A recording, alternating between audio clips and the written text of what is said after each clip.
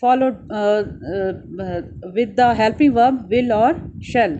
Okay, in the continuous tense, in the present continuous tense, we use is, are, am plus fourth form of verb. In past continuous tense, we use helping verb was and were plus fourth form of verb that is made by using ing at the end of the first form. For example, is going, are coming, am doing, all these are present continuous tense.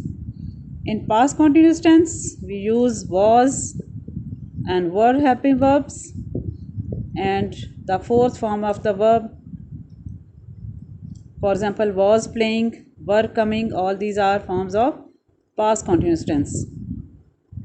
And in the future continuous tense, you use helping verb will, shall, be is added, and the fourth form of verb is used. Will be doing, shall be coming.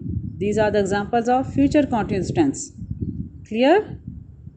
And in the perfect tense, we use has or have in the present perfect tense, and the main form of the verb is the third form of the verb that is called past participle form. In the present perfect tense, we use has or have helping verb and third form of verb. In past perfect, we use had helping verb plus third form of verb. And in future perfect tense, we use will, shall plus have plus third form of verb. I think आपको कुछ ना कुछ समझ आ गया होगा, clear हो गया होगा कि हमने टेंसेस की रिवीजन की, और आई थिंक आपके माइंड में फ्रेश भी हो गया होगा कि आपने कौन कौन से टेंसेस किए हुए हैं. आज की हमारी एक्सरसाइज इन्हीं टेंसेस से रिलेटेड है. आपको इस वक्त स्लाइड में भी नज़र आ रहा होगा. ये हमारी आज की एक्सरसाइज है जो हमने करनी है. ये वर्ड्स, इसमें मेन वर्ब्स जो अंडरलाइन किए गए हैं, इन्हीं के बारे में आपने बताना है. इन्हीं को हम डिस्कस करेंगे कि ये कौन से टेंस से बिलोंग करते हैं. Now I am going to read out the part A. Bertha Sutherland hurried home from the post office and climbed the stairs. Slides में स्टूडेंट्स ज़रा पॉसिबल नहीं होता कि हम इटैलिसाइज्ड वर्ड्स को लिख सकें. सो इन वर्ड्स को हमने अंडरलाइन कर दिया है. पूरे सेंटेंस के अंदर जो मेन वर्ब्स हैं उनको हमने अंडरलाइन कर दिया है, ताकि अगर आपको इटैलिसाइड फॉर्म में नहीं हम दे पा रहे तो आप इसको अंडरलाइन फॉर्म में इसको जल्दी से पिक कर लें कि हमारे पास वर्ब्स कौन से हैं. Bertha Sutherland hurried home. Here the first part of the sentence contains the verb hurried. The first form is hurry and the second form is hurried, जल्दी की. कि बर्था सदरलैंड जल्दी से पोस्ट ऑफिस से होती हुई घर की तरफ गई. And climbed the stairs. Climbed is again the verb and these both verbs are underlined, hurried and climbed. Okay, and you come to know that these are the second form of the verbs, and you can guess that this is the simple past tense. Okay, this is the simple past tense. In part A, hurried and climbed are the simple past tense. इसमें बताया गया कि एक वाक़या हो गया था कि बर्था सदरलैंड अपने घर की तरफ जल्दी से गई और सीढ़ियाँ चढ़ती चली गई. यानी ऐसे काम के बारे में बताया जा रहा है जो हो गया. B part. So there is just room for one more. Here the word is has been underlined, and is used in the simple present tense. So there is just room for one more. Room here doesn't mean कमरा. यहाँ पे कहा गया जगह होना, कि यहाँ पर एक और शख्स के लिए मज़ीद जगह है. ये उसी इन्विटेशन की वर्डिंग है जो आंट मैग ने बर्था की तरफ भेजा था. सो देयर इज़ है. is used in the simple present tense. So is belongs to the simple present tense. In part B, is the simple present tense. Now come to part C.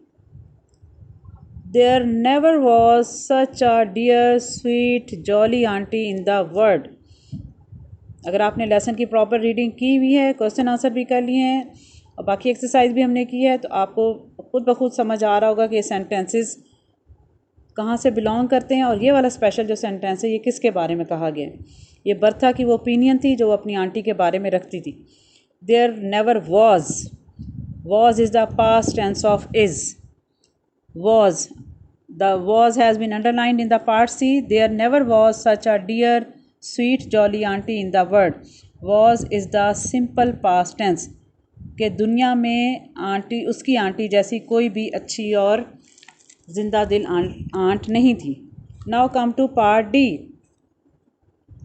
Bertha and Grace were sharing a room. Bertha and Grace दोनों एक ही कमरा share कर रही थी कि दोनों एक ही कमरे में रह रही थी, दोनों एक ही कमरे को मिलकर इस्तेमाल कर रही थी। Were sharing, the words have been underlined. Were sharing, were is the helping verb and sharing is the fourth form of the verb. Share की फोर्थ फॉर्म है share, shared, shared, sharing. Share कर रही थी या मिलजुल कर इस्तेमाल कर रही थी। जैसे आप कहते हैं कि हमने उसके साथ ये चीज़ अपनी शेयर की, लंच शेयर किया, अपनी गेम में अपनी बॉल शेयर की। इस तरह से बर्ता और ग्रेस भी मिलकर एक कमरे को इस्तेमाल करती थी। वर शेयरिंग कर रही थी। So this is past continuous tense. Were sharing is past continuous tense. Part E. She was studying her friends face. वो अपनी दोस्त का चेहरा पढ़ रही थी। Studying here means does not mean कि उसकी फ्रेंड का चेहरा कोई बुक था, वो उसके फेस रीडिंग करी थी, उसके फेस के एक्सप्रेशंस को गौर से देख रही थी। ये बर्था के बारे में कहा जा रहा है कि बर्था अपनी फ्रेंड ग्रेस के चेहरे को पढ़ रही थी। वॉज सिंगुलर नाउन के साथ आप हमेशा वॉज यूज़ करते हैं। पहले बर्था और ग्रेस दो लोग थे तभी हमने वहाँ पे वर यूज़ किया था। अब she is a singular noun so it will take the helping verb was. Studying is the fourth form of study. She was studying, वो पढ़ रही थी। So here is the second form of is, that is was studying. Was studying is the past continuous tense. Past continuous tense. Was studying is the past continuous tense. Now come to part F. I will do it. मैं इसे कर लूँगा या मैं इसे कर लूँगी। Will is the helping verb and do is the first form of the verb. I will do it. I is the subject, will is the helping verb, do is the first form. will do मैं इसे करूँगा। Normally तो हम I के साथ shall helping verb use करते हैं future tense में, but if when you intend to do something, जब आप किसी काम को करने का इरादा करते हैं, पक्का इरादा कर लेते हैं, तो फिर वहाँ पर आप I के साथ will भी यूज़ कर सकते हैं।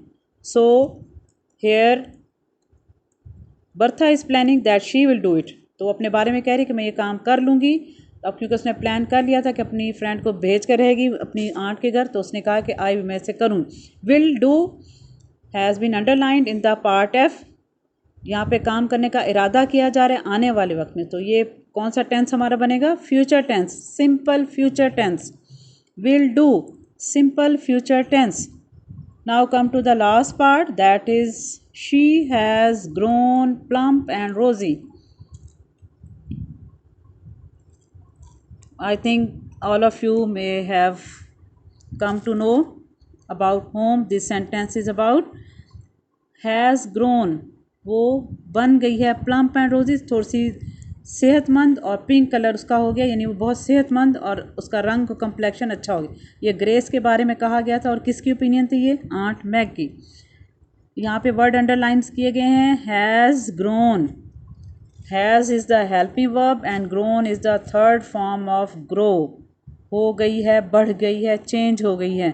Has grown is the present perfect tense. Has is used in the perfect tense, in the present perfect tense, and in perfect tenses you always use the third form of verb, that is called the past participle form. So has and grown have become the tense of present perfect tense. Clear? Now this exercise has been completed and it is your written homework. You have to do it in your notebooks. इसके बाद जो सबसे important बात मैंने आपको बतानी थी वो ये है कि बहुत से स्टूडेंट्स को एक्सरसाइज A1 में प्रॉब्लम हो रही थी, उनको आंसर्स की समझ नहीं आ रही थी कि हमने कैसे करने हैं। तो मैं आज आपको एक्सरसाइज A1 के क्वेश्चंस के आंसर्स भी भेज रही हूँ, तो आप अपनी नोटबुक्स के ऊपर इसको नोट कर लें और अपना काम साथ साथ कंप्लीट करते जाएं। इंशाल्लाह फ्राइडे को हमारा ये चैप्टर कंप्लीट हो जाएगा। फ्राइडे को हम क्रिएटिव राइटिंग करेंगे, उसके बारे में हम कल ही डिस्कशंस करेंगे। आज का काम आपका कंप्लीट हो गया, इस एक्सरसाइज को कंप्लीट करो। एक्सरसाइज A1 के आंसर्स मैं आपको भेज रही हूँ, वो भी आप लोग अपनी नोटबुक्स में नोट कर लें। It's okay, good bye.